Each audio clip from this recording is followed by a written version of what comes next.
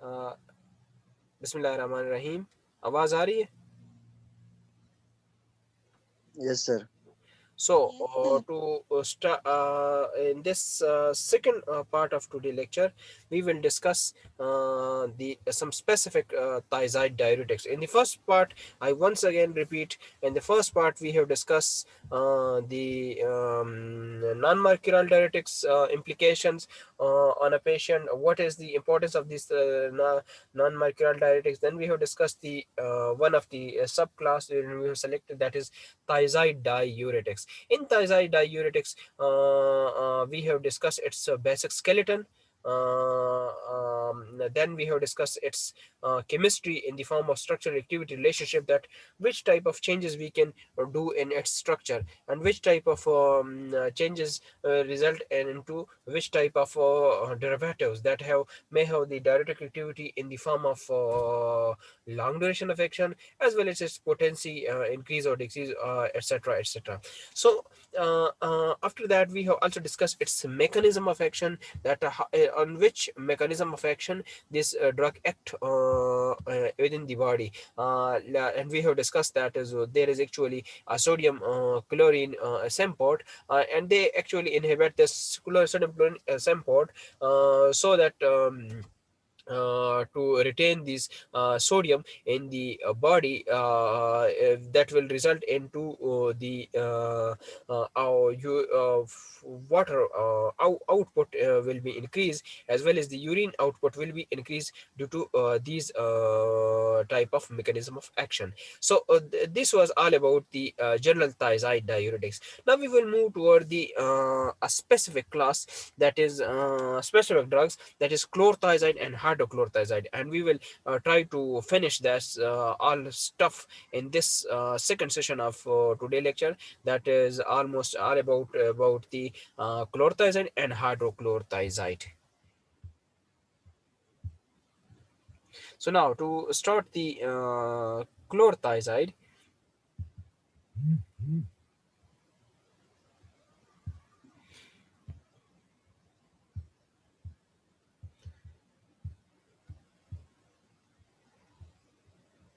Now first, chlorothiazide. Screen share हो गया? Yes, Yes, sir. sir. Yes, sir.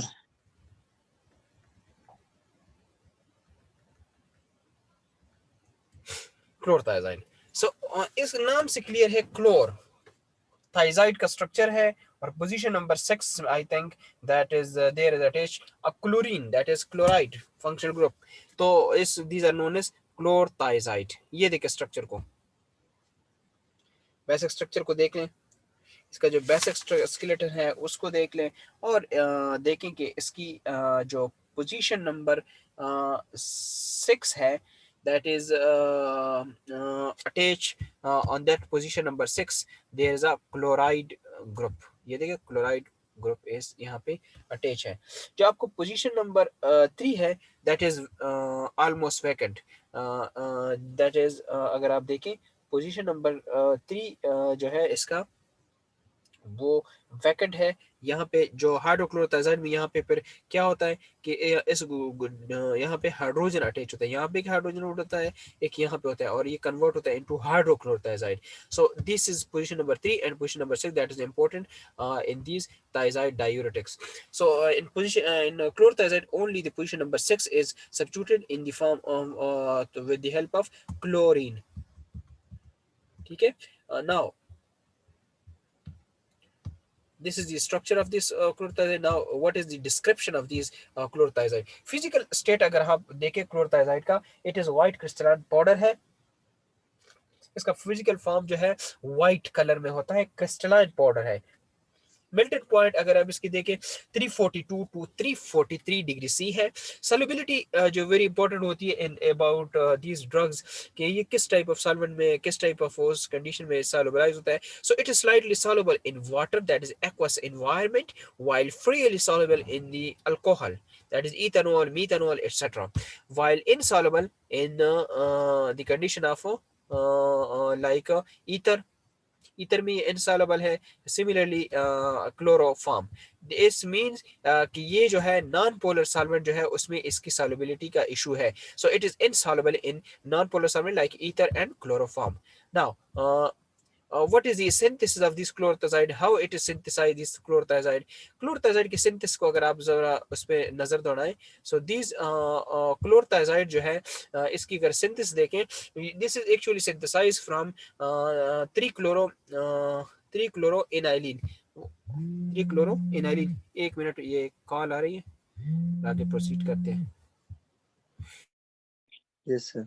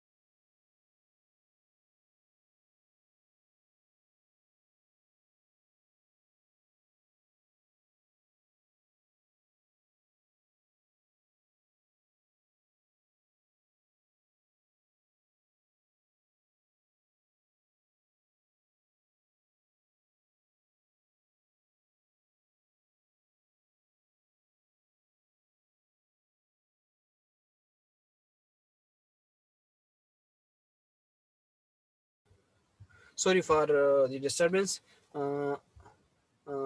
जो है हम आगे प्रोसीड करते हैं। Yes, sir. आवाज क्लियर है ना? सो Yes, sir.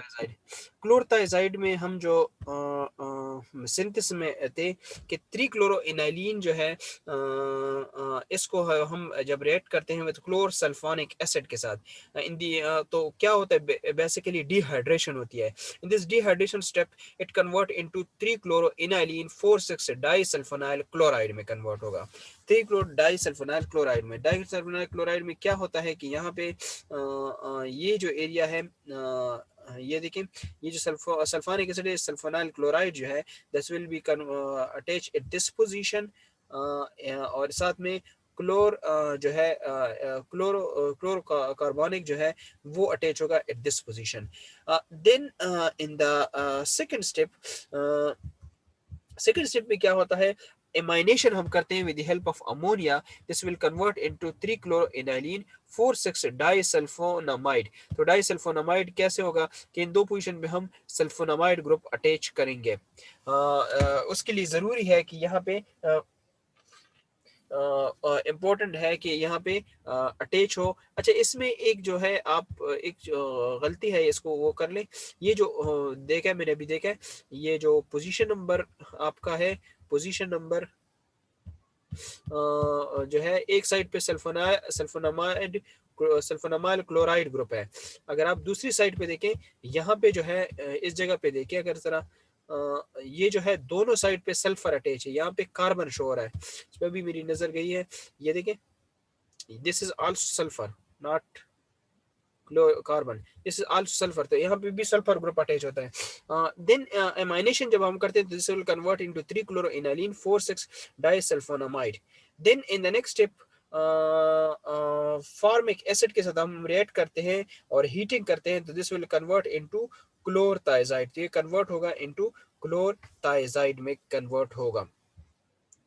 ठीक है, और इस क्लोरथाइजाइड में कन्वर्जन के दौरान जो है चूंकि हीटिंग होती है तो कुछ ना कुछ साइक्लाइजेशन होती है, तो एक तो यहाँ पे ये जो है nitrogen group into the structure enter होगा और साथ में ये जो है एंटर होगा, और साथ में सल्फामाइल ग्रुप जो है ये भी सल्फर डाइऑक्साइड का जो ग्रुप है सल्फर डाइऑक्साइड का वो भी एंटर होगा। तो this is the all about the synthesis of chlorothiazide. एक बार फिर रिपीट कर लूं, त्रिक्लोरोइनाइलिन को जब हम रिएक्ट करते हैं विद क्लोरसल्फानिक सल्फोनिक एसिड के साथ, तो ये इसकी डिहाइड्रेशन होती है। This will convert into 3-chloroaniline 4,6 disulfonyl chloride. In the next step this amination होती है, this will convert into 3-chloroaniline 4,6 disulfonamide. And in the last step जो है हम इसकी फिर फॉर्मिक एसिड के प्रेजेंस में इसकी डिहाइड्रेशन करते हैं और इसकी हीट करते हैं, फॉर्मिक एसिड के प्रेजेंस में इसकी हीटिंग करते हैं, तो दिस विल कन्वर्ट इनटू क्लोरोथायाजाइड। सही है। Yes, sir. Now next is the uses of these chlorothiazide. It is used in heart failure, that is congestive cardiac failure में होता है। इसके अलावा hypertension में यूज होता है। सबसे important जो चीज है वो जो दिमाग में रखिएगा इज डायरेटिक इसका एक्शन है। एक तो ये यूज है सबसे important जो हमारा काम है। उसके बाद जो है congestive cardiac failure है, hypertension है, नेफ्रोटिक सिंड्रोम है। इसके अलावा अल्कलिनाइजिंग द यूरिन में यूरिन में जो है यूरिन को ये अल्कलिनाइज करता है, और इस वजह से हम इसको इन कॉम्बिनेशन देते हैं उन पेशेंट को with amiloride and allopurinol to prevent the formation of calcium stone. तो क्या होगा, जब वाटर का यूरिन को अल्कलिनाइज करेंगे तो तो ये जो है यूरिन जो है वो कैल्शियम स्टोन जो है वो उसकी फॉर्मेशन जो है वो प्रिवेंट होगी इन हाइपर कैल्सियूरिक पेशेंट। आप लोगों को पता है कुछ पेशेंट जो कैल्सियूरिक पेशेंट होते हैं उनमें जो है कैल्शियम के स्टोन्स बनते हैं इन दी किडनी, तो वो जो है उसको प्रिवेंट करने के लिए हम कॉम्बिनेशन में इसको देते हैं एमुलराइड और एलोपेरिनोल के साथ। ठीक है, ये यूजेस हैं इस क्लोरथाइजाइड के। इसकी जो साइड इफेक्ट है, कुछ साइड इफेक्ट भी हैं इस क्लोरथाइजाइड के। अगर आप देखें जीआरटी पे देखें, ये एनोरेक्सिया काज करता है। इसके अलावा सीएनएस में देखें तो इसकी डिजीनेस काज करता है, वर्टिगो काज करता है। सीवीएस में देखें तो आर्थोस्टेटिक हाइपोटेंशन, आप लोग कहते हैं जैसे आप पोजीशन चेंज करते हैं तो हाइपोटेंशन काज होती है, ये काज करता है। इसके अलावा हाइपोकलीमिया काज करता है, हाइपोन्यूट्रीमिया का सोडियम अंदर नहीं जाता, उसको हाइपोन्यूट्रीमिया ही होगा। इसी तरह रीअब्जॉर्प्शन को चूंकि वो इनहिबिट करता है। इसी तरह जो है एलर्जिक रिएक्शन जो है वो भी हो सकता है। इसी तरह अगर आप एक चीज इंपॉर्टेंट देखें, ये इस डायग्राम को देखें, इसमें एक बहुत इंपॉर्टेंट चीज इन्होंने मेंशन की है यूरिन में जो इसकी वो है कि अगर आपकी इंक्रीज यूरिन एक्सक्रीशन करनी है तो उसके लिए आपको पता है कि डायरेटिक क्या करता है, आपकी यूरिन की एक्सक्रीशन को इंक्रीज करता है। तो उसके साथ क्या होगा, सोडियम और पोटाशियम की जो है वो होगी, जबकि कैल्शियम जो है वो डिक्रीज यूरिन एक्सक्रीशन में जो है रिमूव होता है, और इंक्रीज यूरिन एक्सक्रीशन में सोडियम और पोटाशियम का जो है वो उसकी रिटेंशन होती है। सो वॉल्यूम ऑफ यूरिन जो है वो that is compose of sodium and potassium in increased urine excretion, while in decreased urine excretion the volume of urine composed of calcium. तो ये बहुत इंपॉर्टेंट चीज है जो हम कहते हैं कि इलेक्ट्रोलाइट पे इसका एक्शन है। तो electrolyte depend on its excretion as well as to decrease excretion, और किस टाइप ऑफ इलेक्ट्रोलाइट रिमूव होते हैं, this is mention in this diagram. Dosages अगर आप देखें एंटी हाइपरटेंसिव कंडीशन में अगर हम देखें 250 टू 500 मिलीग्राम हम यूजुअली देते हैं, लेकिन कंडीशन टू कंडीशन वेरी करता है। कुछ कंडीशन में ऐसा भी है कि हम 250 मिलीग्राम 3 टाइम्स अ डे भी देते हैं अगर कंडीशन आपकी सीवियर हो। इस तरह डायरेटिक एक्शन अगर आप इसका देखें 500 मिलीग्राम टू 1 ग्राम है यूजुअल इसका डोज है in diuretic condition, while 500 milligram 1 to 2 times per day भी हम दे सकते हैं। सिमिलरली अगर हम नेक्स्ट ड्रग जो है इसी क्लास में दैट इज हाइड्रोक्लोरोथाइजाइड उसको डिस्कस करना चाहें, तो हाइड्रोक्लोरोथाइजाइड की अगर हम स्ट्रक्चर देखें तो this is also almost similar to that the mention compound that is हमने जो अभी डिस्कस किया था इसका जो स्ट्रक्चर है वो भी इम्पोर्टेंट है। अगर आप देखें स्ट्रक्चर को देखें, फर्क कहाँ पे है, जो पोजीशन नंबर आपका 3 है, पोजीशन नंबर 3 और पोजीशन नंबर जो है पोजीशन नंबर 3 और पोजीशन नंबर 4 जो है, सॉरी पोजीशन नंबर 2 और वो जी पोजीशन नंबर 3 और पोजीशन नंबर जो आपका है दैट इज पोजीशन नंबर 4, इन दोनों में अगर आप देखें यहाँ पे हाइड्रेशन हुई है। दो हाइड्रोजन ग्रुप इंट्रोड्यूस हुए हैं, यहाँ पे एक यहाँ पे, तो इसने इसको कन्वर्ट किया इनटू हाइड्रोक्लोरोथायोजाइड वाले पोजीशन नंबर 6 पे उसी तरह ही क्लोरीन अटैच है एज यूजुअल। ठीक है, समझ आ गई? So this is Yes, structure sir. Of hydrochlorothiazide. Now what is the description of hydrochlorothiazide mentioned in this slide? The description, that is the basic chemistry of these hydrochlorothiazide. These hydrochlorothiazide is white crystalline powder. Properties अगर आप इसके देखिए, strong reducing agent है, produce toxic gases such as ammonia and hydrogen sulfide, solubility water में insoluble है। अगर आप इसकी स्टेबिलिटी देखें, it is almost stable in this type of condition. लेकिन ये याद रखें कि these hydrochlorothiazide is a strong oxidizing reducing agent, क्योंकि उसमें हाइड्रोजन ग्रुप है तो ये आसानी से रिडक्शन कर सकता है of these different type of compounds as well as different type of reactions. Synthesis अगर आप देखें, सिंथेसिस इसकी देखें तो 3 क्लोरो इनाइलिन 4,6 डाई सल्फोनामाइड से हम इसको सिंथेसाइज कर सकते हैं। जब हम इसकी फॉर्मल्डिहाइड के साथ रिएक्शन करें और इसको हीट करें तो ये will convert into hydrochlorothiazide. So this is a one step reaction.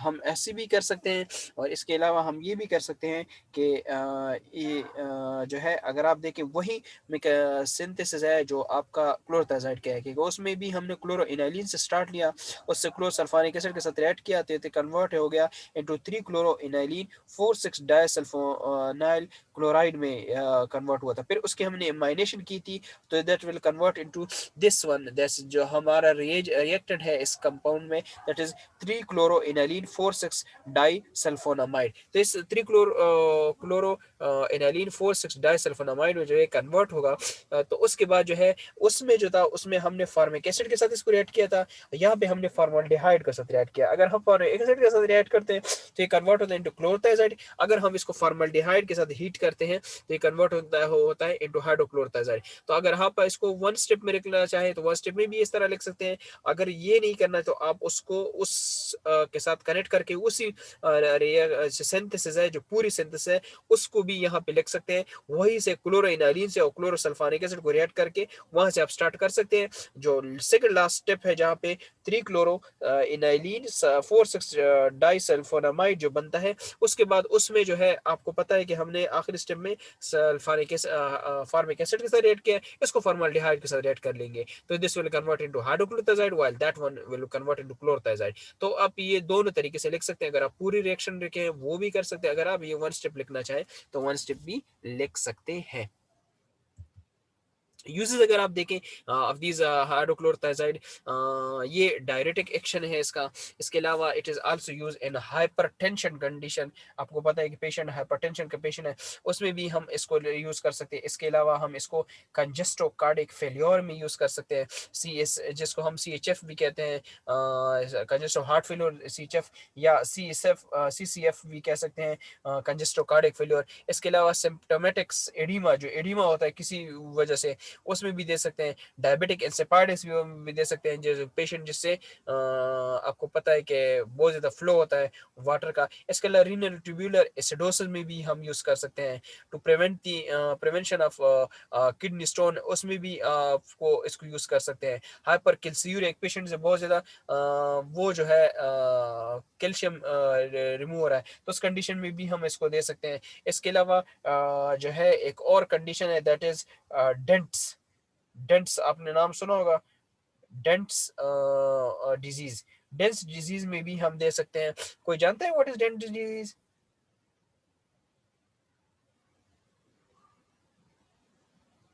Dent disease जो है आपको एक जेनेटिक डिसऑर्डर है बेसिकली, जेनेटिकली आता है, मतलब फैमिली टू फैमिली भी वो करता है, प्रोग्रेस करता है।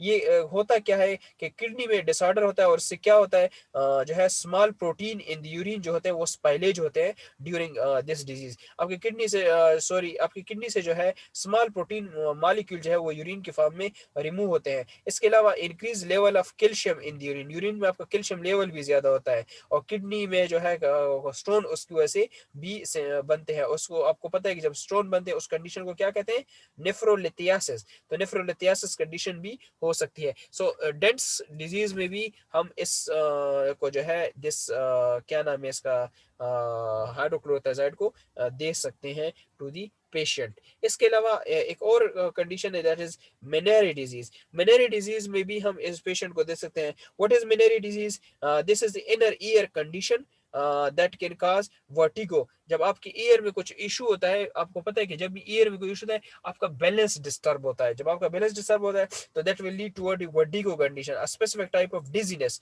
आपकी डिजीनेस आप वो होगी इन विच यू फील एज दो यू आर स्पाइनिंग। तो आपको ऐसा फील होगा कि आप बैलेंस नहीं है, इम्बैलेंस होंगे। आपको ऐसे फील होगा कि आप हर वक्त मूवमेंट में होते हैं, स्पिन हो रहे होते हैं, गोल गोल घूम रहे होते हैं। It is also can cause ringing in your year, आपकी ईयर में टेनाइटिस इससे होगा।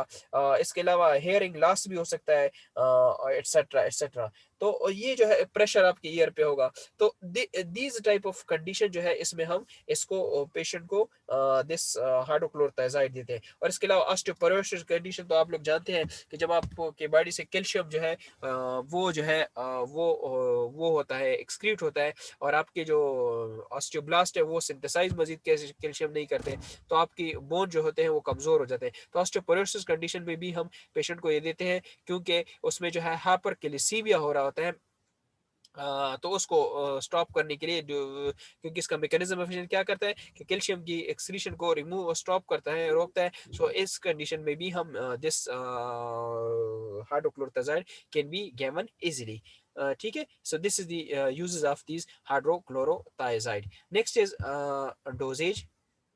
डोजेज अगर आप देखें इसकी 25 टू 200 मिलीग्राम पर डे है। दिन में हम 25 से लेकर 200 मिलीग्राम पर डे दे सकते हैं usually, it depend on the condition to condition. या हम ऐसे भी कर सकते हैं 500 मिलीग्राम पेशेंट को 1 और 2 टाइम्स अ डे भी दे सकते हैं। तो दिस इज ऑल अबाउट जो है डिपेंड करता है आपके कंडीशन पे कि आप किस कंडीशन में पेशेंट को ये ड्रग दे रहे हैं, और उस कंडीशन में उसकी डिजीज की सिविरिटी क्या है, उसके मुताबिक हम वो ड्रग उस पेशेंट को देते रहते हैं।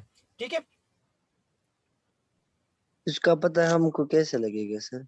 वो तो डॉक्टर का काम होता है ना। आप कंडीशन को देखते हैं, वो जो है सारे आपके टेस्ट करते हैं, आप देखते हैं कि आपका हालत क्या है, उसके मुताबिक ही आप देंगे। डायग्नोसिस पे होता है सारा कुछ।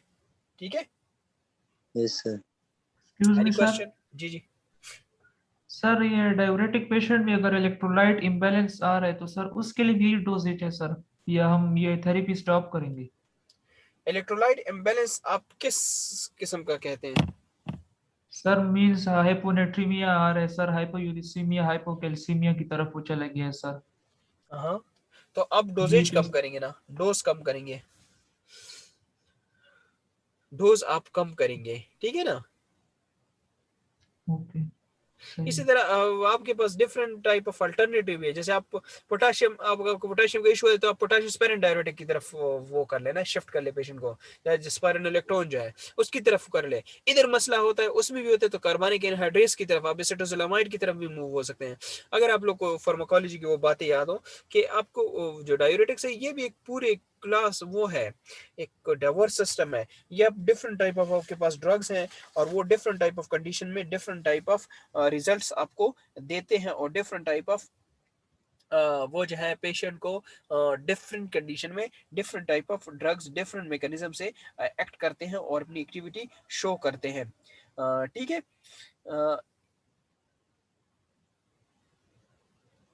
ठीक हो गया कि नहीं? Yes sir, yes sir. Thank you. और कोई question? Any question? No sir.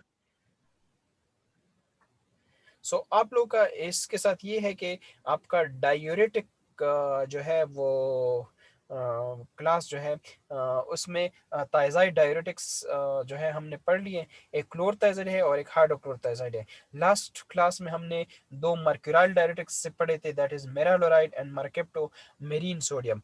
इसके बाद जो है हम जो ड्रग पढ़ेंगे हम इसमें एक तो है जो है हम एक क्लास पढ़ेंगे, दैट इज आप लोग को पता है एक वेरी वेल नोन क्लास है लूप डायूरेटिक्स जिसको हम कहते हैं, हाइसिलिक डायूरेटिक्स भी कहते हैं। उसमें से हम फ्यूरासामाइड को पढ़ने की कोशिश करेंगे। इसके अलावा आपको जो है पता है कि एक और क्लास है कार्बनिक एनहाइड्रेज इनहिबिटर्स हैं, उसमें से हम एसेटाजोलामाइड को ट्राई करेंगे कि इसको भी पढ़ लें, इसको डिस्कस कर लें। और आखिर में जो है एक और क्लास है फ्रॉम दिस क्या कहते हैं डायूरेटिक्स, जिसको हम सोडियम पोटाशियम क्लोराइड को ट्रांसपोर्ट के मैकेनिज्म से वो एक्ट करता है, जिसको हम वो भी कहते हैं क्या कहते हैं इसको, कि ये जो है वेरी इंपॉर्टेंट क्लास है इन दिस डायूरेटिक्स, जो अपनी एक्टिविटी जो है वो बहुत ही वो देते हैं, जो बेसिकली अगर आपको फ्यूरासामाइड याद हो कि हाई सीलिंग इसको क्यों कहते हैं, कि ये जो लूप पैक्ट करते हैं, और ये खैर उस वक्त पे डिस्कस करेंगे डिटेल से। तो इससे एक और ड्रग भी है एथिक्रेटिक एसिड, उसको भी हम ट्राई करेंगे कि उसको भी हम डिस्कस करेंगे। सो इसके बाद फ्यूरासामाइड है, एथिक्रेटिक एसिड है, और इसके अलावा एसिटोजोलामाइड है। तो हम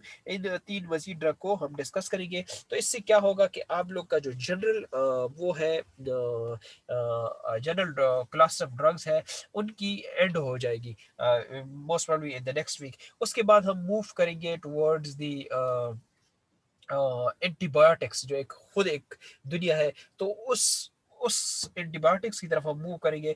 तो उसके बाद जो है जितनी भी क्लास होंगी हमारी 10th सेमेस्टर में, हम एंटीबायोटिक्स क्लास ऑफ ड्रग्स, जिसमें हमारे पास पेनिसिलिन्स है, सेफेलोस्पोरिन्स है, इसके अलावा क्लोरमफेनिकॉल है, इसके अलावा एरिथ्रोमाइसिन है, that is belongs to aminoglycoside, macrolides हम डिस्कस करेंगे, टेट्रासाइक्लिन डिस्कस करेंगे, और इस तरह चलते जाएंगे। तो इसके बाद बहुत कुछ आने वाला है, तो वो हम डिस्कस करेंगे। हाँ, एक बात है कि नेक्स्ट क्लास जो है इसके बाद जो होगी उसके लिए अब बी रेडी रहे। वन ऑफ द एक टेस्ट आप लोग का होगा that may include your these four drugs from diuretics, ये होंगे। और साथ में इससे पहले जो हमने एक क्लास पढ़ा था ऑफ ड्रग्स, क्या नाम था उसका? सल्फोनामाइड का सर। सल्फोनामाइड्स। तो सल्फोनामाइड्स, और इसमें से आपका एक टेस्ट होगा दैट मे बी थ्रू मिंटीमीटर और कहूट, वो डिपेंड करेगा किस सॉफ्टवेयर से होगा। आप लोगों ने मेंटली नेक्स्ट क्लास के लिए तैयार रहना है, और वो उसकी मार्किंग जो आप लोग का टेस्ट है उसी के बेस पे होगी। आप लोग इसके लिए फिर तैयार रहें। जो आज आप लोग की अटेंडेंस है वो भी एक इशू है। मैंने कल भी आप लोग को एक मैसेज किया था कि अपनी अटेंडेंस कंप्लीट करें, क्योंकि शॉर्टेज का फिर आप लोग का इशू आएगा, फिर ये गिला ना करें। और साथ में कल जो टेस्ट है, तो टेस्ट के तो आपको पता है कि 10 मार्क्स होते हैं आप लोग के, वो होते हैं। अगर ये इसी तरह हालत होगी तो वो 10 मार्क्स माइनस होंगे। तो फिर बाद में आप लोग यही कहते हैं कि सर मेरे तो मार्क्स इतने बनते हैं, ये नहीं है। तो फिर जस्टिफिकेशन और ये किस्से जो है चलते रहते हैं, तो टाइम पे आप लोग होते नहीं है। कल नेक्स्ट जो क्लास है थर्सडे और फ्राइडे को, वो मैं थर्सडे को भी टेस्ट ले सकता हूँ, फ्राइडे को भी ले सकता हूँ, वो मुझ पे वो है। तो आप लोगों ने उसके लिए मेंटली तैयार रहना है, और उसी दिन के लिए प्रिपेयर रहना है with the sulfonamides and diuretics. Sulfonamides में हमने जनरल सल्फोनामाइड्स पढ़े, फिर उसके बाद सल्फानिलामाइड पढ़ा था, सल्फामेथाक्साजोल पढ़ा, सल्फाडायाजीन पढ़ा था। और यहाँ पे डायूरेटिक्स में जो दो क्लास है मार्क्यूराइल, इसमें मेरालोराइड और मर्केप्टोमरीन को आप डिटेल से पढ़े, इसकी क्लासिफिकेशन ऑफ डायूरेटिक्स पढ़े। और ये जो दो ड्रग आज हमने पढ़े, थाइरोथाइजाइड, दैट इज हाइड्रोक्लोरोथाइजाइड एंड क्लोरोथाइजाइड, इसको आप लोगों ने नेक्स्ट वीक पढ़ना में है। होगा सर? जी, नेक्स्ट वीक में इंशाल्लाह होगा। ठीक है सर जी एलिमेंट पे ठीक है ना? किस चीज में? नहीं नहीं, एलिमेंट एलएमएस पे पे नहीं, वो या कहूट पे होगा या उस पे होगा। ठीक है, उसके लिए तैयार रहे। अब इसका तरीका हमें नहीं आता है क्यों ठीक नहीं से। आता? ये तो हमने कई बार किया है, कैसे भूल गए? ठीक से नहीं आता ना सर। सर सीखे ना। उसमें टाइम लिमिटेशन बहुत कम है सर। यही तो बात है कि मैं आप लोग को ये भी देखो ना कि नकल तो ना करें, उसमें टाइम इतना होता है कि नकल नहीं हो सकता, डायरेक्ट क्लिक करना होता है, सेकंड्स में क्लिक करना होता है। उसका तो सर मकसद जी तो यही है एलिमेंट पे आप कि एक टाइम दूसरे कम को करें मैसेज ना। करें कि फलाने में क्या आता है, तो उससे ये सर जी चीजें तो उससे एलिमेंट पे आप टाइम कम करें ना। एलएमएस में कम भी कर ले तो आप लोग बहुत मास्टर हो गए अब। ठीक है, हाँ। तो वो ये दूसरी बात है कि आप लोग फाइनल स्टूडेंट हैं, अभी different type of technology use करेंगे, फ्यूचर में आप लोगों को बहुत कुछ आएगा। ये जब मैं मुख्तलिफ किस्म की चीज़ें यूज़ करता हूँ, इसका एक मकसद ये भी है कि आप different type of technology software के साथ आप आदी हो जाएं, क्योंकि आप लोग ही फ्यूचर में आप लोग जितने फास्ट होंगे, जितने एफिशिएंट होंगे, उतनी आप लोग की जगह बनेगी। याद रखें, एनवायरनमेंट हालात अब ऐसे बन गए हैं कि सिर्फ डिग्री नहीं है, आप लोगों ने अपने आप को वो करना है, शो करना है, अपने आप को एक्सपोज करवाना है, अपने आप को लोगों के सामने प्रेजेंट करवाना है। तो उसके लिए आपने जितना आप में गट्स होंगे, गट्स ये नहीं है कि आप सिर्फ बोल सकें, आप अपने अमल से प्रैक्टिकली आप शो कर सकें। तो उसके लिए आप लोगों ने अपने आप को मेंटली तैयार रखना है। तो उसके लिए जितने भी टूल्स हैं वो आप सीखते जाएं। सिर्फ डिग्री पे फोकस ये याद रखें, मैं बार बार आप लोग कहूँगा, डिग्री पे फोकस ना करें, आप अपने आप में कुछ ब्रॉट आउट ले आए, क्योंकि एनवायरनमेंट सिर्फ इसको नहीं देखता, वो बहुत कुछ और भी देखता है। कि एक बंदा जो है सिर्फ ये तो नहीं है कि वो गोल्ड मेडलिस्ट है और बाकी वो जो है माशाल्लाह माशाल्लाह है।